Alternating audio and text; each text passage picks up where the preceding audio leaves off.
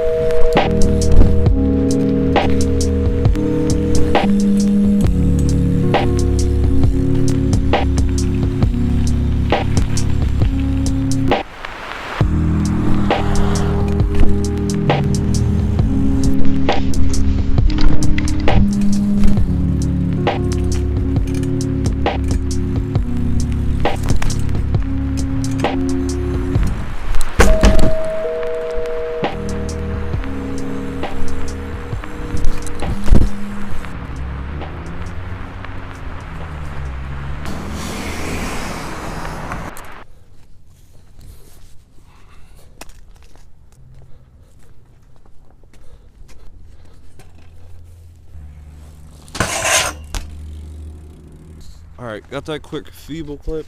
I'm gonna get up out of here before somebody comes after me for riding the spot.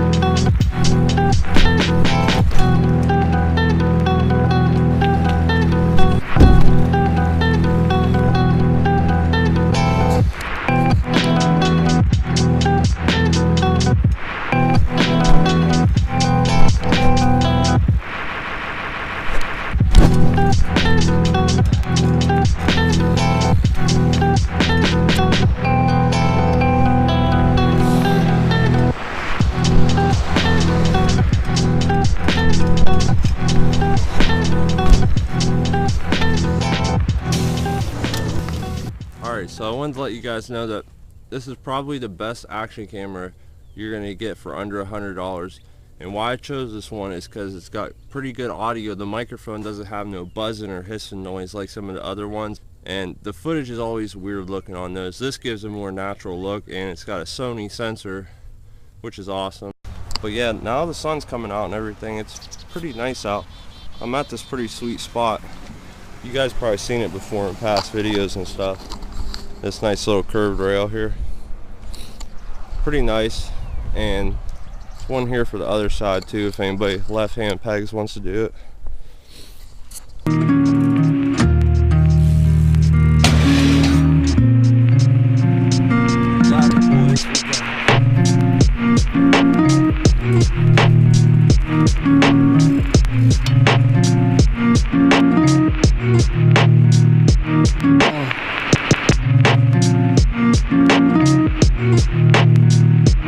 I might possibly try to manual down this hill. I don't know if that's a good idea or not because my front tire's flat.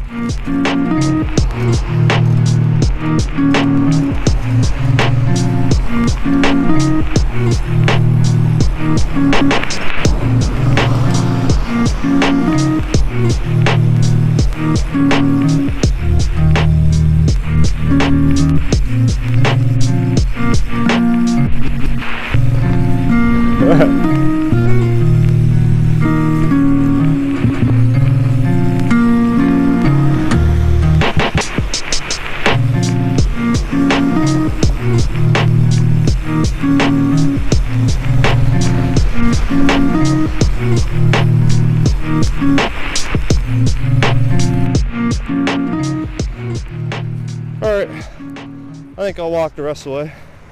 See you guys in a second.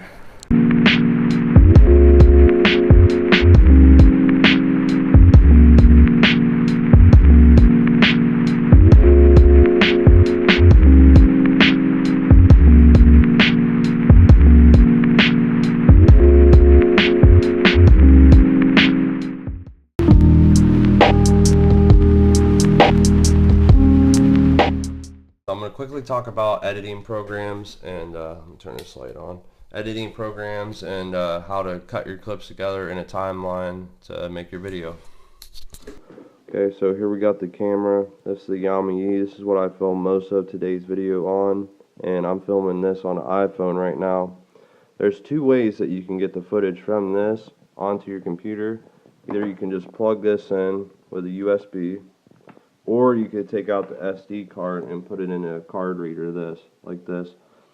This is a faster way to do it as far as transfer speed, but assuming that you don't have that, I'm going to go ahead and just use the USB real quick. Plug that in. This is also how you charge it too. Turn on the camera.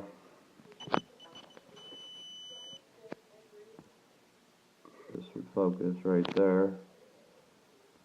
Click on your files. Go to 100 media, and you want to copy all these. That's all what I filmed today. Right click copy, and we are going to go to the folder with all the footage and paste the footage. Alright, so you see 6 gigabytes, and it's going to be a lot slower if you transfer from the camera rather than using a card reader. Alright, and then the next thing, you're going to want to be able to drag your clips into your timeline. You can import them here in Premiere, but that's not the way I'm used to doing it. I always just bring up the folder the clips are in right here. And then see, I already drug that clip in, so I'm going to go down. Now this is the one I want. Now I'm going to drag it over into the program. See, I just dropped it right here. And that's what it looks like before I stretch it in the super view. I click it here. I go to Effect Controls, Motion, Uncheck Uniform Scale, and then I stretch out the clip, and that's how you get super view. Alright, so here's my timeline. I hope you guys can see this because it's a wide angle lens. Basically all you gotta do is trim the beginning of the clip and the end of your clip, and you're stacking all of these clips in sequence in this timeline here. If I scroll this timeline, you could see all my clips are compiled together, and then this is the end, but I still got to add footage in. So this would be kind of weird since you guys already seen this, but when you stack the clips like this, this is your result from that.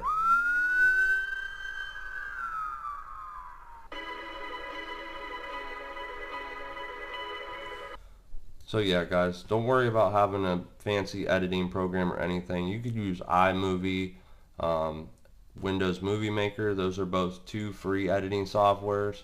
And if you want to get something a little bit better than that, where you have more flexibility for editing and making films and BMX edits and stuff, the first program I started out on was Sony Vegas Pro 12.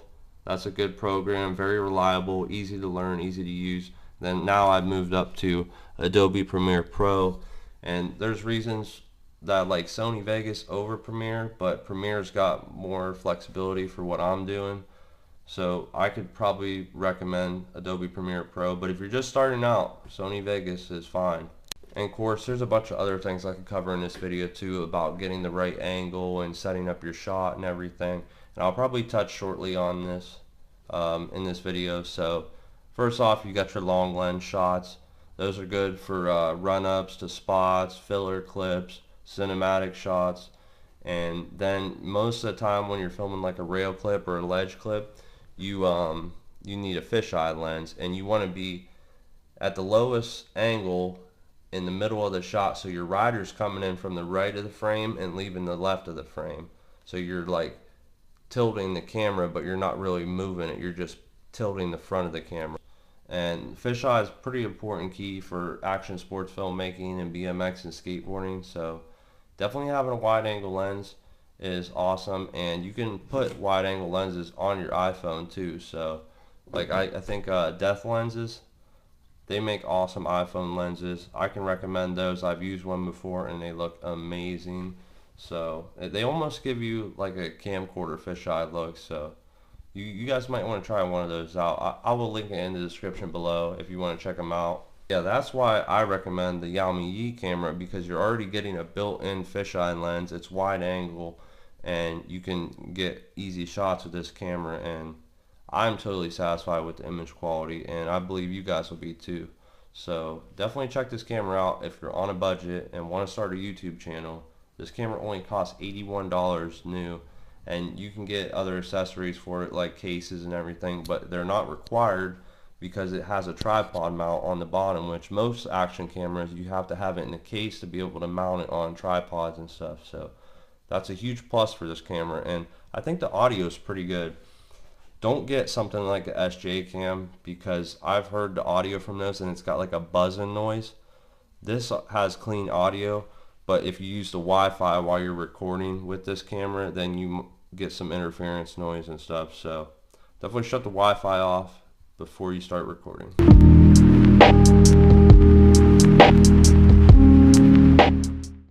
Alright guys, so I showed you a little bit of basics of editing on the computer and everything. Now I just wanted to come in at the end and talk about the cameras I can recommend if you don't want to go with the action cam. Okay, so my first recommendation besides the Xiaomi Yi would be the Sony NEX5N. That is a camera I own personally, and it's got amazing 1080 60p video quality, and it's at 28 megabits per second. Overall great camera. I got it for about $275 used. So I mean, that's pretty cheap when you think of how good a quality the footage is and everything. And I'll insert some clips of it now from a vlog so you can see the difference between vlogging on an action camera like this and the Sony NEX5N.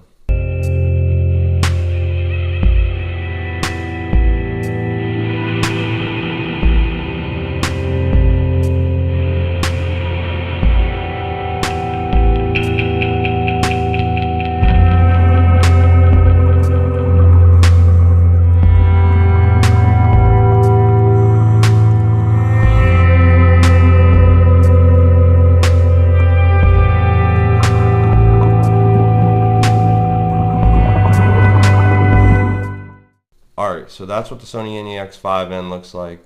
Another camera that I can recommend that I've used personally is the Canon T3i, and I know that's a little bit of a dated camera nowadays, but it's still pretty good quality for the price, and it's got a lot of features that the Sony NEX5N don't even have. It's got microphone input, which is really important to some people, and it's got the flip out LCD, so if you're vlogging you can see what you're filming. So yeah, that's my second recommendation, but there is an issue with that camera that it doesn't have autofocus during video, so you'll have to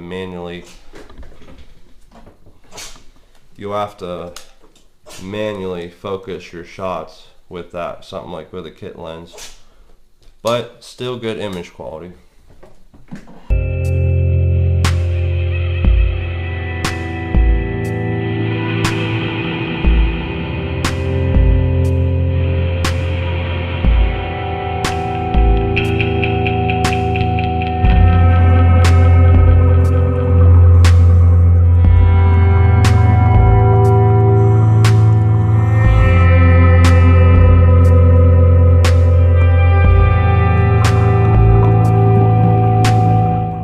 The third camera I can recommend is the Panasonic GH4, because I've used that personally. I've had some hands-on with it. A friend of mine named Brant, he has one. that camera is an absolute workhorse. You can be out in the hottest day filming constantly with that camera and it won't never overheat. Super reliable, amazing image quality. It definitely beats my Sony NEX5N in 1080p video quality, but after you put it on YouTube and compress it and everything, there's not a huge difference.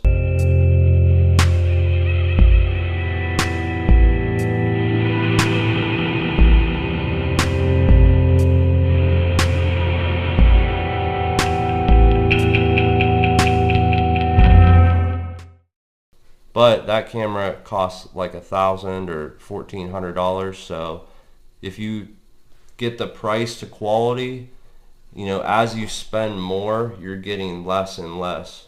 And sometimes when you spend more on cameras, you're only getting like additional dials and buttons and stuff. So if you're starting out on a budget, definitely start with either your iPhone. Right here's my iPhone. You know, start with what you have so you can learn how to make better videos.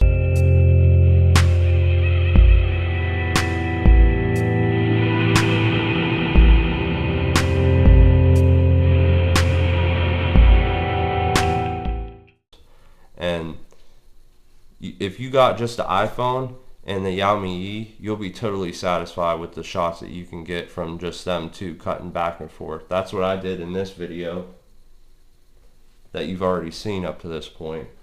So, and the benefit of filming on your iPhone or a Xiaomi Yi action camera, definitely the portability is a huge thing, because some people don't want to carry around a big camera bag. And like even with my Sony NEX5N with the pancake lens, that camera is still not pocketable, and that's a huge issue for somebody, or a lot of people actually, because by the time you get in your camera bag, set up your camera, set your settings, all of that, you probably already missed a shot. So it's most cases it's better to film with something more convenient that you can pull out of your pocket and get the shot. That's the number one important thing in filmmaking, is getting the shot. Image quality don't matter as long as your story's good, and the way that you share your video with the viewer is more important than the image quality. So yeah, that's my recommendation for cameras if you're starting a YouTube channel. I hope this helped you guys out. Leave comments below and like the video if you enjoyed it. I'll answer any comments or questions you guys have. Thanks so much for watching, and with that, remember, get out, ride your bike, have fun. Catch you guys in the next video. Peace.